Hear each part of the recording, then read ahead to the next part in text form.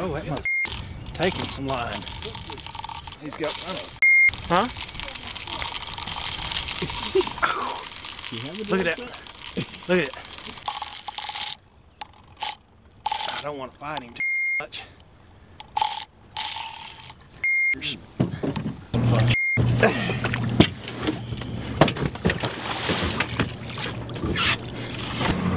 Return arrow.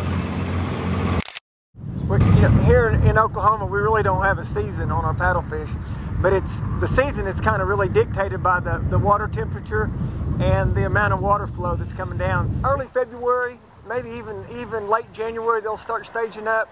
And when the water temperature gets to about 45, they'll start moving up the river, especially if we get some rain and get a flow in the river. If you're watching different areas from, say, Fort Gibson Lake, and you're wondering if it's going to be good down there, you can watch the water temperature and watch the flow, and you can get a real good idea. Because when you get the river up to 10,000 cubic feet per second, and it's at 50 degrees, you can bet the paddlefish are doing something.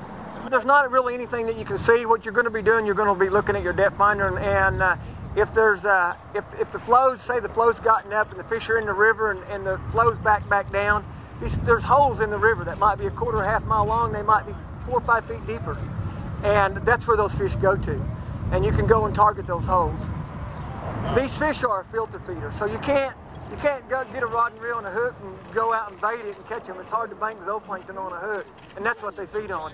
So it is you're going to snag for them, and to do that, you'll have like a 3, 4, 5 ounce sinker, 18 inches to 2 feet below your hook. A lot of people like to use a big treble hook like a 12-aught.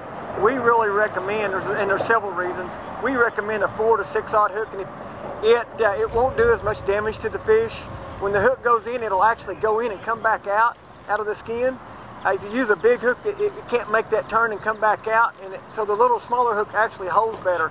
If you go up to Miami, where traditionally that is the #1 spot in Oklahoma to go catch paddlefish, if you go to those guys up there that are catch and releasing, that do it every day, they're using a 4-aught hook. You know, there's a lot of times people will talk about that this is a sport fisheries and say, well, how is it a sport snagging fish? It really is. You think that there's not much technique, you're way wrong. You come up here and go with these guides, they will catch a limit of fish in 2 or 3 hours, and you go out by yourself and try to learn it, it may be all day before you catch a fish.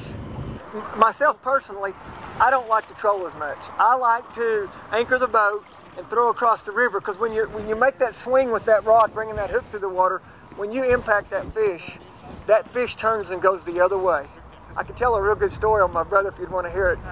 To tell you how powerful these fish are, we were down at Fort Gibson at the low water, and he was standing on a rock, and we were using about 120-pound test line, and he swung into this fish, and we had the drag tightened down really tight.